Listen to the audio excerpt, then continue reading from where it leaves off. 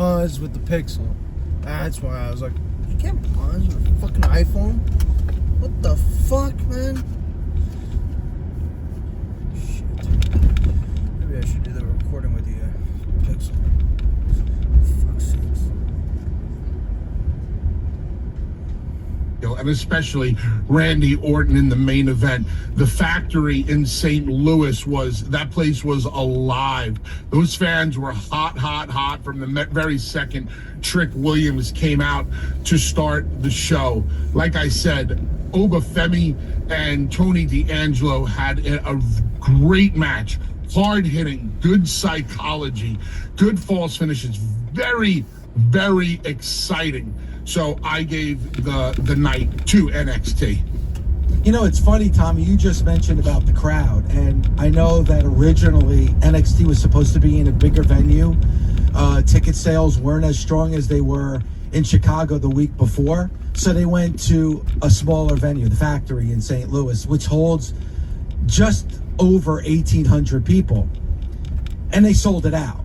You know, with AEW, they were in an arena that holds 13,000, and they had just about the same amount of people, a little over 1,800. Tommy, does that affect you? Because, you know, 1,800 is 1,800, but you have one that's a sellout where there's not an empty seat in the house, and then there's one where there's plenty of seats, empty seats in the house. Does that affect you as a performer? Absolutely. As a performer, when you see all the carpets and the drapes all over the seats, you're like, ugh. You still go out there and you work really, really hard. An example, TNA, we literally had a switch because of the hurricane, and we went back to a studio. Max capacity, 300. We sold out each night, where everyone was like, wow, on 2 days' notice, we sold out. And it wasn't like, yeah, but it was only 300. It was still a sellout, and we couldn't fit any more people in. And then we also raised money for a very, very good cause for hurricane relief. But a loud 300 in a studio, you get that energy. I went to the Mets game last night. Oh, it was jam-packed, sold out to the last pitch. Nobody left. And the building was shaking. When you work big buildings and there's not a lot of people, no matter how loud they get, that noise escapes through the big empty space. So again, it comes across presentation on television. Does it affect the worker? No. Workers will always, listen, I say this all the time. Wrestlers will go out even when given horrible creative and work their ass off and get it over. That doesn't apply, but does it affect you? Sure. Energy-wise, there's some times where you do need that boost from the crowd, and if you can't hear them or they're not there, it's just different. I also told you, like, when we worked a sold-out stadium, and I know Bully could talk of this as well, you do a move because we work for reactions, and because there's an open air, you don't hear your reaction until the next set of moves happens. So that sound and that noise is key to what you do.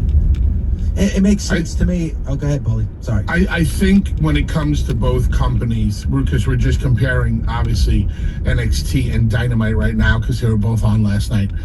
With live attendance, I believe that NXT is on a bit of an upward trajectory just because of what we saw from Chicago last week. I understand that St. Louis wasn't the same, but as we see NXT get away from the Performance Center, the numbers are going up. Obviously, with the numbers with AEW are trending down. As far as, perception and reality with wrestlers is a thing also. As a performer, when you walk out there into a 15,000 seat arena and you see 1,800, 2,000, 2,500 people, it definitely affects you. You immediately start to ask yourself, what am I doing wrong? What are we doing wrong? And you start to buy into all the negativity that exists out there on social media. I think the WWE does a considerably better job of insulating their talent from social media, i.e., telling them to not worry about the house. The house doesn't mean anything to you right now. All that matters is that hard camera and the handhelds around ringside. Play to those, go have the best match you can, and the numbers in the arena will start to trend upwards.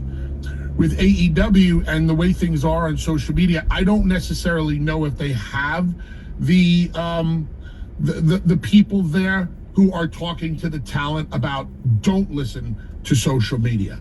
And I can see in the performance sometimes, not necessarily on Dynamite, but if you watch Collision and you watch Rampage, I can tell. But I've been doing this for a little while now. I can tell when the wind has been taken out of the sails of a talent just by the way they come out through during their entrance. I can read their faces just by looking at the crowd. They're looking at the crowd, I'm looking at their face, I'm reading them, and I definitely can see concern on the faces of AEW talent. It's a good thing that AEW talent are not being paid on the houses like me and Tommy used to get paid on the houses, or any other veteran used to get paid on the houses back in the day, because a lot of paychecks would be down right now. That guarantee, that big money that Tony is throwing out there, definitely is a nice little Band-Aid when you look out there and you don't see as many people as you saw at AEW's inception. You know, there's a couple things that come to mind, and Bully, obviously being a music guy, my favorite is Alice Cooper. Shep Gordon is Alice Cooper's manager, and I was reading a book, and this book is from 1973, so this is an old book. But Shep Gordon was talking about the business plan for Alice Cooper, and one of the things that he did is in certain cities, certain places that he knew he wasn't going to get a large house, he would book smaller venues, because perception is reality. If Alice Cooper goes on stage and he's in a 20,000 seat arena and only 10,000 people are there, all that people are going to talk about is the 10,000 empty seats. But also for the performer on stage, it's like, wait, it's going to be a blow to their ego and a blow to their confidence, because they're saying, wow, now this is a half empty house. He said he'd rather book a 6,000 seat venue where 4,000 people can't get tickets to the show, where there's like, wow, 4,000 people are waiting outside the arena and they can't get a ticket, as opposed to like having a 20,000 seat venue and half the seat is empty. Now you might look at that as a business person and say, well, you're now pushing away 4,000 fans. But perception is always reality. It's better to have less fans in a sellout house than to have a larger venue and have a half-empty house. At least that's from Shep Gordon. Go ahead. You know my example about Motley Crue in 1995 when they got back together at the Nassau Coliseum. I'd always been a huge Motley Crue fan. Sellouts from day one when I saw them opening up for Ozzy. Obviously, they were headlining after that. Always a sellout, no matter where you went in the world to see them. They get back together in 95. I'm at Nassau Coliseum, holds about 18,000 people. Motley Crue hit the stage, and there was only about 10,000 people there. I remember sitting down and saying to myself, wow, I don't think my band is the coolest band in town anymore. And then about a year later, I saw them at the Mid-Hudson Civic Center. And that was a real smack in the face, because it was like, well, we perform at the Mid-Hudson Civic Center. ECW does. And when we perform here, we get 2,500 people and we're going crazy. But this is Motley Crue, and all they could do was sell 2,500 tickets. It's weird how it affects the fan, how it affects the performer. So yes, the houses make a difference on many levels. Dave, when I first got to WWE and me and Devon first got there, there was zero concerns about what the house was. Well, you'd legitimately walk into the locker room, and Blackjack Lanza, who was the road agent, would have the lineup on the wall, and in the top left-hand corner, in his handwriting, it would say the amount of people that were at the show that night and the total live gate. The live gate was never under $500,000. It was like money was nothing to us when we first started. The houses were up, everything was up, and we were making money hand over fist. But I'll be damned, right around that ruthless aggression time, as we started to move forward a little bit, things started to taper off. And when things start to taper off, and when less money is rolling in, that's when you see the true nature of a pro wrestler and the character of a pro wrestler. When the boys are making money, everything is great. And that's probably why everything is great, quote unquote great right now, within AEW, because everybody's making guaranteed money. If everybody wasn't making guaranteed money and you were all getting paid on the houses, Tony would have a little bit more of an issue on his hands. But and my question, and Tommy, is it like for the wrestler, do you see that and do you say, all right, well, hey, there's ebbs and flows, I'm making my money, we'll get through this? Or do you take it personally and say, what can I do, or what could we do to get back to where we were 2 or 3 years ago? Like, what should the mindset be of the wrestler at this time? You can't take it personally because it's out of your control. You're working hard as you're doing what you are told. Tommy, what wrestler can take it personally, though, on the card? Top talent. Main event. Yep. If you're champ, if you're in that main event and you look at that house, you're like, ugh. And you can't say, because the business is hot right now, when, it's a lot of self-evaluation, right? If I go back, I was going to talk Bully's example for a second. Paul Heyman with the red velvet rope.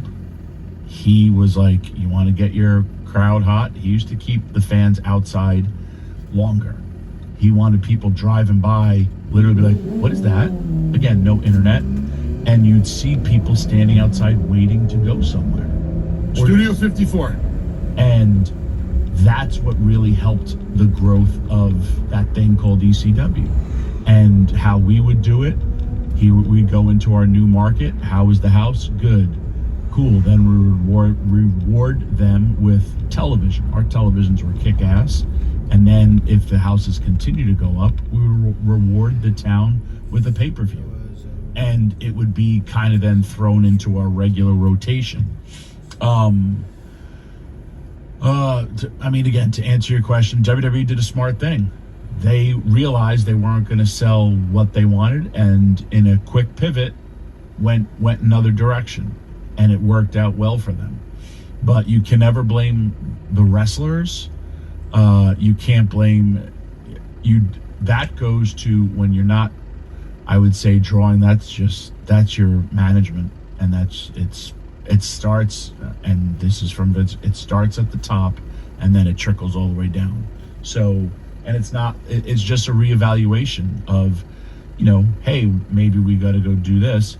And then on the flip side, Wrestle Dream is at around 9,000, right? And I think they've sold just over 6,000 tickets so far. Okay, but like they can now start opening up new seats for Wrestle Dream.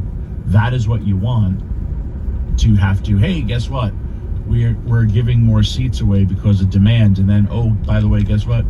Nobody can come in anymore. Those are great feelings when you are a performer, as well as when you're part of management. It's like, wow, look how great we're doing, as opposed to what's happening. And Dave, that is not just in wrestling. That's in all asses in seats entertainment. Yeah. Absolutely. That's football. If you're looking right now, you could look at prices of games, and it's not scheduling where everybody's kind of in it, but you're starting to see those teams that have a good record. Teams like the Minnesota Vikings, they're undefeated. Their tickets are through the roof. I went to the Mets game last night, sat in upper deck. Those tickets were going for like $300 when normally they're $6. And there was not a seat to be had in the house. Why? It's the playoffs. The Mets are finally back at home in a divisional game. These are important things. These are things that matter. Yeah, I get it. I just brought it up because we were comparing the two. One much smaller house, but both the same amount of fans. And I think you could tell the difference from the sound of the crowd because NXT was in such a smaller venue. All right, when we come back, let's dissect the shows. Let's start with AEW. What did you think of AEW? What did you think of NXT? 877-344-4893, 877-FIGHT-93. And I have some questions when it comes to AEW. The biggest one surrounds Bryan Danielson, your AEW World Champion. We'll get into it when Tommy, Bully, and I are back right here on Busted Open. You flip the script for the hell of it. Addicted to betrayal, but you're relevant. Danielson has up and he's driving Pape down. That injured shoulder is cinched in the lapel lock. And now Pape comes out. 12 boys, he's going to be looking for 13 this Saturday. Winners of this match, the team of Wheeler and Yuta, and the AEW World Champion, the American Dragon. Danielson to the ropes of Moxley. And Jeff, this is going to be about more than win streak. This is going to be about more than the AEW World Championship. This is Bryan Danielson fending off his career. This is personal between him and Jon Moxley this Saturday night in Tacoma. An absolute champion's mentality. He's not waiting for Moxley. He's taking the fight to Moxley. A man possessed. They are going all the way in the back. Watching everyone in the back. Spider boy, you with your little Back here on Busted Open. Dave LaGreca, Tommy Dreamer, Bully Ray. I'm back, buddy.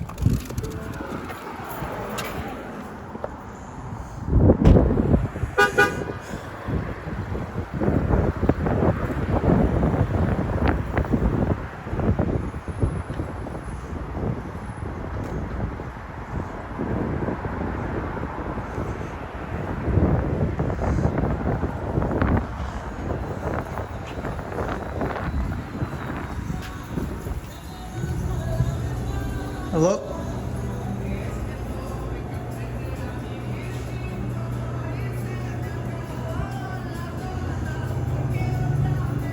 Hello?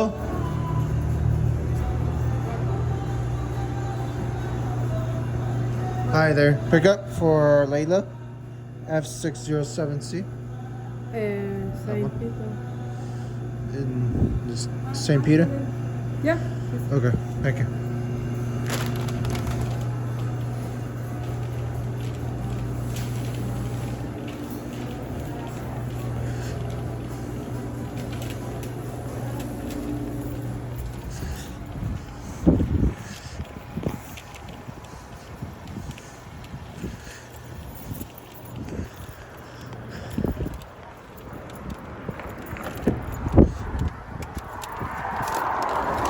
Hey, buddy.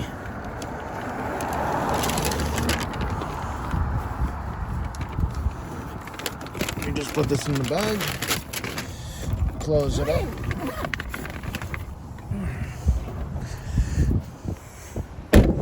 Let's take this off.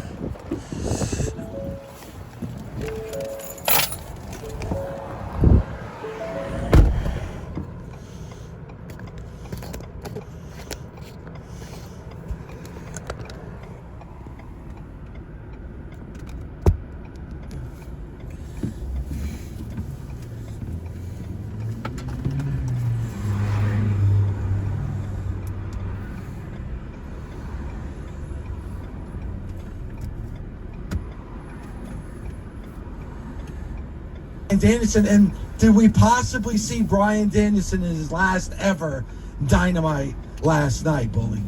Dave, before we go any further, I got to give you an update on something. Okay, go ahead. The nation is screaming at the top of their lungs on the Twitter machine, and it looks like Sirius is listening. Okay, tell me how. One of our loyal nation members from the cheap seats received an answer from SiriusXM's customer care Twitter. Ooh. They tweeted back and they said, "Hi, we heard your call. Hello. Busted open 24/7, loud and clear. Your feedback is on its way to our team. Thank you for sharing your thoughts." That's SiriusXM's customer care. They're listening, which means we should keep tweeting. I am tweeting right now. I'm as the host of Busted Open. I say I want hashtag Busted Open 24/7. So why is your make it so four-ways at on? SiriusXM. Stupid Canada Post. I'm trying to find a gift that would coincide with that tweet. I did Maybe a idiot. gif of Your four-ways Emperor are on. I thought Palpatine, you were and he pulled says, over. "Do it." Okay. See, I'm gonna go the Star Trek route. Make it so. All right. So, you know, I think that's the way to go. So you think that's What do you- Danielson's last match, Tommy? Ever on Dynamite? No. I think I also really enjoyed the setup in the beginning with John Moxley and that cinematic style promo, kind of looking like Lex Luthor. Do I think he's going to retain at Wrestle Dream? I do not. I think. Wait. If he loses, he's done. I disagree with that. I think he's going to be, if he loses, he's done, and he's done for a while. But I do not think he will be, listen, he needs neck surgery, legit. He's going to be gone probably for about a year. But I don't think he's going to announce his retirement. And I don't think, you know, in wrestling, they've always done things where, hey, I'm needed. Sting came back recently. He didn't wrestle. But I do think that Bryan Danielson, I think he'll be a part-time in-ring performer after Wrestle Dream. But I do think he's just going to get neck surgery, be out a bit, come back when the company needs him. If you leave for that long, Dave, let's say that Danielson does the JOB in his backyard and Mox is your new AEW World Heavyweight Champion, and Danielson splits for a year. By the time he comes back, people forget why he left in the first place. They're just happy to see him back. And AEW fans are very forgiving about sticking to the stipulations, the rules, the this, the that, whatever they said. So unless Danielson takes his boots off and leaves them in the middle of the ring. Now, I took my boots off and I left them in the middle of the Hammerstein Ballroom. And I put them back on a year later. So even that really doesn't mean anything sometimes. Terry Funk retired 972 times. So I think Danielson loses, beating him in his backyard, put some great heat on Mox and his new crew. Danielson slides away for a little while. I think the bigger question is, do you think AEW can afford to lose the on-screen character of Bryan Danielson right now? Wow, that's a great question. I think they can. I think right now, I don't know, you used to ask about CM Punk moving the needle for AEW, which I still contest that he did. I don't think there's anybody on the AEW show that really moves the needle. I think now it's just the brand AEW. AEW has its hardcore audience that tunes in each and every week. I don't think there's anybody currently on the roster that moves the needle. And I mean that in the other way too. Like, I don't think there's anybody that's on the show right now that if they left, that they would lose viewers. I think it's about the show and it's about the brand. I completely agree with you. Unfortunately, the brand as a whole is not moving the needle in the right direction right now. And yes, CM Punk is the only one there. Even though he didn't move the needle drastically, definitely moved the needle. I'll tell you something that I saw last night that was very interesting to me. And it was what got the loudest reaction. And we all talk about, oh, these great matches, you know, the 2-week build, all that stuff. The greatest reaction last night was Will Ospreay, Don Callis. And this is where you go to when you have great storytelling, talent that is over, and it adds to that drama. That whole segment added to the drama with Don finally getting bumped, which thank God he finally got bumped. Handing of the screwdriver by Kyle Fletcher. Kyle refusing to do it. All that drama, man, it had people invested. And then you get your payoff for your match. And then also Will Ospreay fighting back, and here comes Ricochet. A lot of stuff went on in that. If they look at that segment and study it and understand why that was so great, and not just because Don Callis was in it, as Don will take credit for everything great, that's where you really could capture the key to what AEW should be all about. Because it was masterfully done, and the payoff is going to be a great wrestling match. But that's really how I looked at it, where I was just like, yes, and we all know this, great wrestlers will always have great wrestling matches. But with a build like that, when it becomes personal, it becomes all that stuff, you can just, when we always say, listen to the crowd. And if you listen to that crowd and they saw some really good wrestling action, but the one thing that they cared the most about was that. Where we, Dave, you, I, have been confused about this whole relationship with Will and Don and it's all stuff. You know, they opened up in the beginning with a big trade. I was a little, if I could have added to that little bit of a mix, I would have had Lance Archer get involved in that, or Lance Hoyt. What is he? He's Lance Archer. Lance Hoyt. Yeah, I really quick on that. Lance on Archer. That note, on that note, Tommy, not to interrupt you, but I was thinking of you and Bully during that segment, because Lance Archer couldn't have been further away from that camera. That like he was buried in the back. Here's this guy, this giant, this massive Wanjiku C wrestler that's says, so meet at door intimidating. 205. Entry code is 3174. I will open the door for you. My apartment number is say about back in the day with like a Brian Cage and a Taz being interviewed, where Brian Cage was pushed in the back. You couldn't have had Lance Archer further away from the camera than you did last night.